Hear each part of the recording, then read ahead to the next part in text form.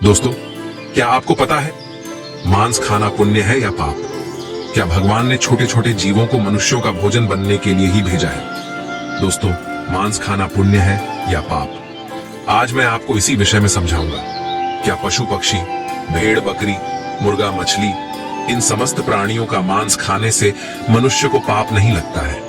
परंतु भगवान श्री कृष्ण ने जब भगवत गीता का ज्ञान अर्जुन को दिया था तो उसमें उन्होंने एक बड़ा ही सुंदर वर्णन दिया था कि अगर मनुष्य किसी भी जानवर को मार दे तो उसे पाप लगता है, लेकिन अगर कोई पशु पक्षी किसी मनुष्य को मारे तो उस पशु को कोई पाप नहीं लगता है। तो आइए आज की इस वीडियो में समझते हैं कि छोटे छोटे जीवों को मारकर खाना कितना सही है और कितना गलत। आजकल ऐसे हजारों लाखों लोग मिल जाएंगे जो मांस खाने को सही मानते हैं। वह कहते हैं कि ईश्वर ने इन सब चीजों को हमें खाने के लिए ही बनाया है, अगर हम इन्हें खाएंगे नहीं तो इनका होगा क्या। इस दुनिया में कुछ लोग ऐसे भी हैं जो जीव हिंसा करना घोर अपराध समझते हैं। मांस खाना उनके लिए बहुत बड़े पाप की बात है।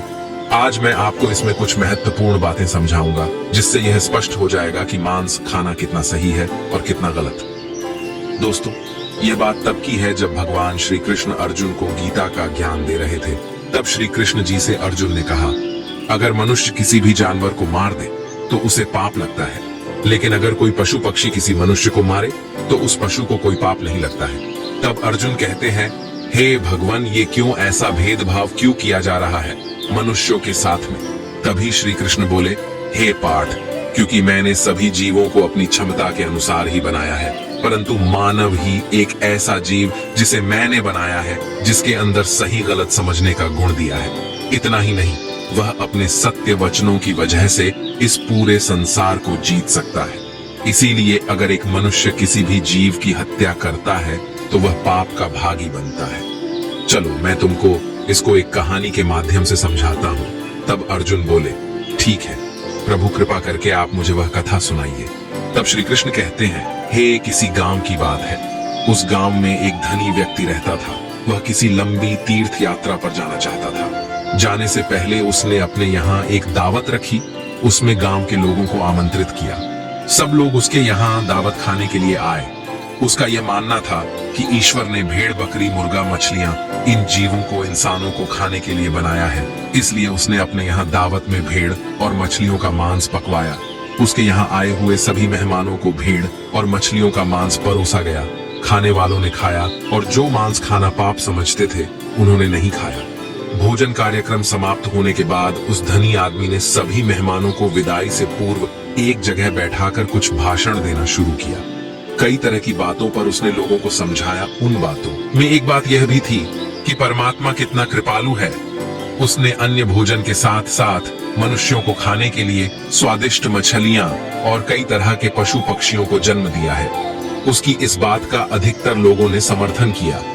लेकिन उसी सभा में एक 12 साल का लड़का बैठा हुआ था। उसने उस धनिक की बात को काटकर उससे कहा, श्रीमान जी, आप गलत कह रहे हैं। दोस्तों, श्री कृष्ण कहते हैं, हे अर्जुन, उस लड़के को उस धनिक की बात को काटते हुए देखा तो वहां उपस्थित सब लोग आश्चर्यचकित रह गए। धनिक बोला, बेटे तुम क्या कहना चाहते हो? तब उत्तर में लड़का कहता है, श्रीमान जी, माना कि ये समस्त जीव परमात्मा ने बनाए हैं, परंतु आपको मारकर खाने के लिए नहीं। मछलियां, मेमने, भेड़ बकरा मुर्गा इत्यादि पृथ्वी पर रहने वाले समस्त जीव जंतु मनुष्यों की तरह ही पैदा होते हैं और मनुष्यों की तरह ही उनकी मृत्यु होती है। दोस्तों, श्री कृष्ण कहते हैं, हे अर्जुन, मनुष्यों की तरह ही उन्हें पीड़ा होती है। कोई भी प्राणी किसी अन्य प्राणी से श्रेष्ठ और विशेष नहीं है। वह अलग बात है कि आपकी बुद्धि विकसित है और पशुओं की बुद्धि इतनी विकसित नहीं होती।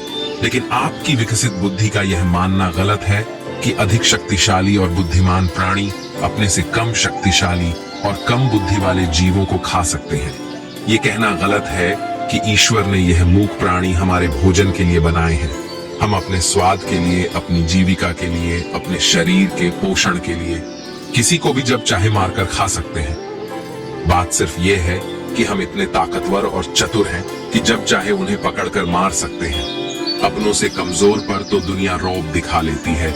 इसका मतलब ये नहीं कि वे आपसे कमजोर हैं, आसानी से आपकी पकड़ में आ जाते हैं तो भगवान ने उन्हें आपके खाने के लिए बना दिया है। जरा सोचो, मच्छर और पिशु हमारे शरीर का रक्त पीते हैं।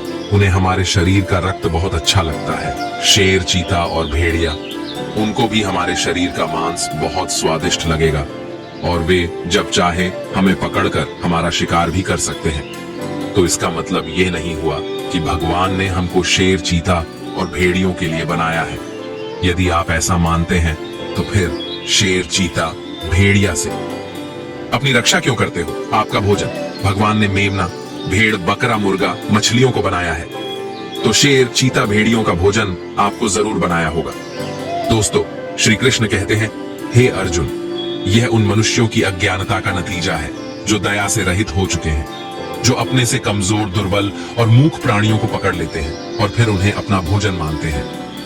अगर आपसे शक्तिशाली प्राणी आपको पकड़कर अपना भोजन माने तो आप बचने के लिए क्यों छटपटाते हो? उसे अपना शरीर क्यों नहीं खा लेने देते? शायद है भगवान ने ही आपको उसका भोजन बनाया हो। उस छोटे से लड़के का जवाब सुनकर धनिक का मुंह बंद हो गया। सब लोगों ने ताली बजाकर उस बच्चे के जवाब का समर्थन किया। लड़का बोला, सुनो, मैं तुम्हें भगवान श्री कृष्ण का एक और उपदेश सुनाता हूँ। दोस्तों, श्री कृष्ण कहते हैं, हे अर्जुन, फिर उस लड़के ने मेरे ही द्वारा रची गई एक लीला को कह सुनाया। एक बार भगवान मुरली मनोहर एक पेड़ के नीचे बैठकर मुरली बजा रहे थे। तभी विपत्ति का मारा एक हिरण तेजी से भागता हुआ आया और भगवान श्री कृष्ण के पीछे छुप गया। वह मृग बहुत ही घबराया हुआ था।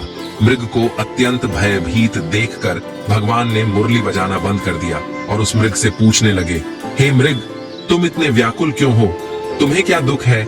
किसके डर से तुम छुपने का प्रयास कर रहे हो?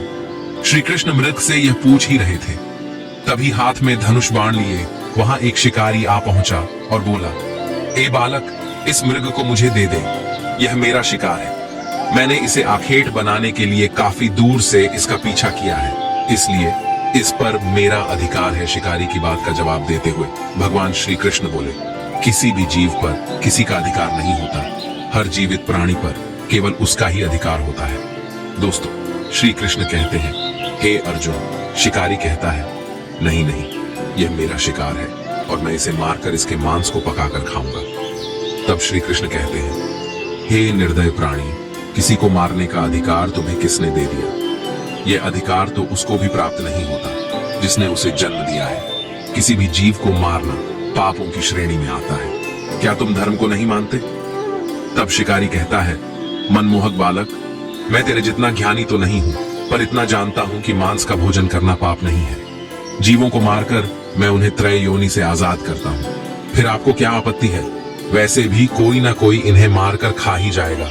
अगर जीव हत्या पाप है तो राजा लोग इन्हें मारने का शौक क्यों रखते हैं?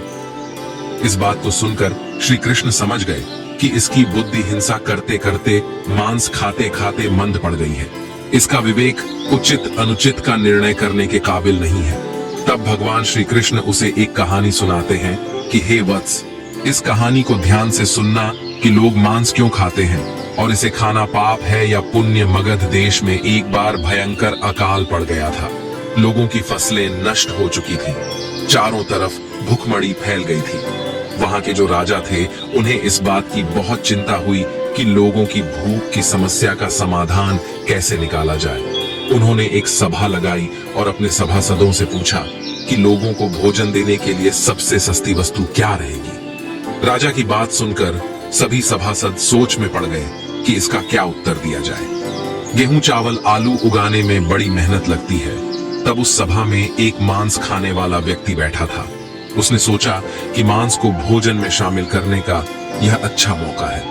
यदि राजा की अनुमति मिल गई तो हम जीवों को मारकर अपना भोजन बना सकेंगे, मनमानी करेंगे, कोई रोक टोक भी नहीं होगी। उसने राजा को सुझाव दिया कि भूखमरी का संकट दूर करने के लिए मांस से सस्ता कोई विकल्प नहीं है। इसमें धन का भी खर्च नहीं आएगा और श्रम भी अधिक नहीं करना पड़ेगा और हमारा भोजन भी बन जाएगा। सभा में बैठे अन्य लोगों ने इस बात में हाँ में हाँ मिला दी, लेकिन वहां के जो प्रधानमंत्री जी थे, उन्हें यह प्रस्ताव पसंद नहीं आया। वे चुपचाप बैठे रहे। राजा ने पूछा, हे प्रधानमंत्री जी, आप चुप कैसे बैठे हो? आपकी क्या राय है इस विषय में? तब मंत्री जी ने कहा, महाराज, मेरे हिसाब से मांस सस्ता विकल्प नहीं है। इस विषय पर मैं अपनी राय आपको कल दूंगा। दोस्तों, श्री कृष्ण कहते हैं, हे अर्जुन, अब वह लड़का आगे कहता है, रात होने पर प्रधानमंत्री उसी शख्स के घर पहुंच गए जिसने मांस खाने का प्रस्ताव दिया था। अचानक अपने घर मंत्री को आया देख वह घबरा गया। सोचने लगा, जरूर कोई अनहोनी हुई है। मंत्री ने कहा, भाई, शाम को ही महाराज की तबीयत बहुत खराब हो गई है। उन्हें किसी गहरी बीमारी ने घेर लिया है। राजवैद्य ने कहा है कि राजा साहब को अगर किसी बहादुर और हष्ट-पुष्ट इंसान का थोड़ा सा मांस मिल जाए तो वे ठीक हो सकते हैं। आप महाराज के बहुत विश्वास पात्र हैं, इसलिए मैं आपके पास आया हूँ। आप राजा को बचाने के लिए जरूर अपने शरीर से थोड़ा मांस निकाल कर दे सकते हैं। राजा साहब को भी यही उम्मीद है कि आप इस काम के लिए इनकार नहीं करेंगे। आप इसके बदले में जितना चाहे धन ले लें, पर थोड़ा सा मांस दे दें। लाओ, मैं तलवार से तुम्हारे शरीर से थोड़ा सा मांस निकाल लेता हूं। दोस्तों, मंत्री की यह बात सुनकर वह आदमी सन्न रह गया। उसके चेहरे का रंग उड़ गया। वह भागता हुआ गया और अपने घर में से 1,00,000 सुवर्ण मुद्राएं लाकर मंत्री जी को दे दी और बोला, माफ करना, मैं अपने शरीर का मांस नहीं दे सकता। इसके बदले में आप यह पैसे ले जाइए और किसी और को यह पैसे देकर उससे मांस खरीद लीजिए। मित्रों, मंत्री जी बोले, नहीं भाई, राजा ने विशेष रूप से आपका ही मांस लाने को कहा है, क्योंकि आप बहुत तंदुरुस्त हैं। थोड़े से मांस में आपका कुछ नहीं बिगड़ेगा, पर राजा साहब की जान बच जाएगी। इसके लिए मैं तुम्हें राजा से बोलकर मंत्री पद भी दिलवा दूंगा। कृपया आप देरी ना करें, थोड़ा सा मांस निकाल कर दे दे। दोस्तों, श्री कृष्ण कहते हैं, हे अर्जुन, वह लड़का सभी को समझते हुए आगे बोला। वह शख्स मंत्री जी के पैरों में गिरकर बोला, मंत्री जी, मुझे माफ कर दो। इसके बदले में आपको अपना सब कुछ देने को तैयार हूं, पर मैं अपने शरीर को काट कर मांस नहीं दे सकता। इतना कहकर वह वहां से भागने लगा। मंत्री जी बोले, आप भाग जाओगे, पर आपका परिवार तो यही रह जाएगा। उसने कहा, मंत्री जी, अपने प्राणों से बढ़कर कुछ नहीं है। जब मैं ही नहीं रहूंगा तो परिवार का क्या करूंगा। मंत्री ने कहा, आपको यहां से जाने की जरूरत नहीं है। तुम्हें मांस नहीं देना है तो मत दो, मैं किसी और के पास चला जाता हूं। इतना कहकर मंत्री जी उससे 1,00,000 स्वर्ण मुद्रा लेकर चले गए। अब उसके जान में जान आई। दोस्तों, श्री कृष्ण कहते हैं, हे अर्जुन, लड़का आगे बोला। इस प्रकार प्रधानमंत्री एक एक करके सभी मंत्रियों के घर गए। सबसे थोड़े से मांस का आग्रह किया, पर सबने अपनी अपनी तिजोरियों से, किसी ने 1,00,000, किसी ने 2,00,000, किसी ने 10,00,000 स्वर्ण मुद्राएं तो दे दिए, पर अपने शरीर का मांस नहीं दिया। मंत्री जी उन पैसों को लेकर अपने घर चले आए। वह रकम करोड़ों में इकट्ठी हो चुकी थी। अगले दिन सारे मंत्री सुबह सुबह ही राजा के पास पहुंच गए कि देखें राजा साहब स्वस्थ हैं या नहीं। उधर प्रधानमंत्री जी भी उन सारे पैसों को लेकर राजा के पास पहुंचे और उन पैसों को राजा के सामने रख दिया। वे पैसे करोड़ों में थे। राजा ने पूछा, मंत्री जी, इतने पैसे किस लिए लाए हो? तब मंत्री जी ने पूरी कहानी सुनाई कि महाराज, मैंने झूठ मूठ का एक नाटक किया था। मैंने उन समस्त मंत्रियों से यह कहा कि राजा साहब की तबीयत बहुत खराब है। यदि उन्हें थोड़ा सा मनुष्य का मांस मिल जाए तो वे ठीक हो सकते हैं। महाराज, मंत्रियों ने मुझे इतने पैसे तो दे दिए, पर आपके उपचार के लिए अपने शरीर से थोड़ा सा मांस नहीं दिया। कल लोग सभा में मांस का भोजन बहुत सस्ता बता रहे थे। अब आप ही सोचिए कि जीवित प्राणी का मांस कितना सस्ता है और कितना महंगा, कि थोड़े से मांस के लिए करोड़ों रुपए देकर उन्होंने मांस देने से इनकार कर दिया। दोस्तों, श्री कृष्ण कहते हैं, हे अर्जुन, वह लड़का आगे कहता है, मंत्री जी की बात राजा को अच्छी तरह समझ में आ चुकी थी। इधर वह लड़का कहता है, भगवान श्री कृष्ण ने उस शिकारी को समझाया कि देखो, अपना शरीर सबको प्रिय होता है, चाहे वह मनुष्य हो या कोई पशु। सबके मांस की उतनी ही कीमत होती है जितना सबके प्राण उतने ही मूल्यवान होते हैं, जितने कि आपके। इसलिए किसी के शरीर को कष्ट नहीं पहुंचाना चाहिए। मनुष्य के जब अपने प्राणों पर आ बनती है, तब तो उसे अपना शरीर बहुत प्रिय लगता है। दूसरे जीवों को मारने में वह एक पल भी नहीं लगाता, क्योंकि वह दर्दनाक पीड़ा उसको होती है। आपको नहीं, जिस दिन आपको होगी उस दिन मांस की कीमत आपको समझ आ जाएगी। दोस्तों, श्री कृष्ण कहते हैं, हे अर्जुन, अब तुम्हें उस लड़के की बात समझ में आ गई होगी और यह भी तुम समझ गए होंगे कि किसी भी जीव को मारना किसी भी मनुष्य के लिए कितना बड़ा पाप है। श्री कृष्ण आगे कहते हैं, हे अर्जुन, आज कलयुग का इंसान बहुत ही अपलच्छी हो चुका है। थोड़े से मौज के लिए, पेट भरने के लिए बिना किसी कारण के जीवों को मार देता है, जबकि उसे नहीं पता कि आगे उसका हश्र क्या होगा। जिसे मैंने उसके भाग्य में लिख दिया है उसे कुंभी पाप नरक में डाल के तेल में तला जाएगा, और यह काम मैंने खुद स्वयं यमराज जी को सौंपा है। तब अर्जुन कहते हैं, परमात्मा, मैं आपकी समस्त बातों को समझ चुका हूँ। मुझे इस बात का ज्ञान करने के लिए आपका धन्यवाद मित्रों।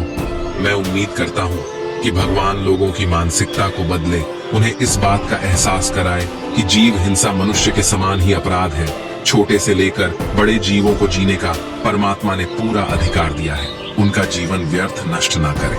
अपने से थोड़े से आनंद के लिए, थोड़े से स्वाद के लिए उनका जीवन नष्ट ना करें। सब कुछ हमारे हाथ में है। सबको उतना ही कष्ट होता है जितना कि आपको। दोस्तों, मैं उम्मीद करता हूं कि यह कहानी, यह विचार आपको जरूर पसंद आए होंगे। यदि वीडियो पसंद आया हो तो आगे भी शेयर करें और एक प्यारा सा कमेंट श्री कृष्ण के नाम का अवश्य करें।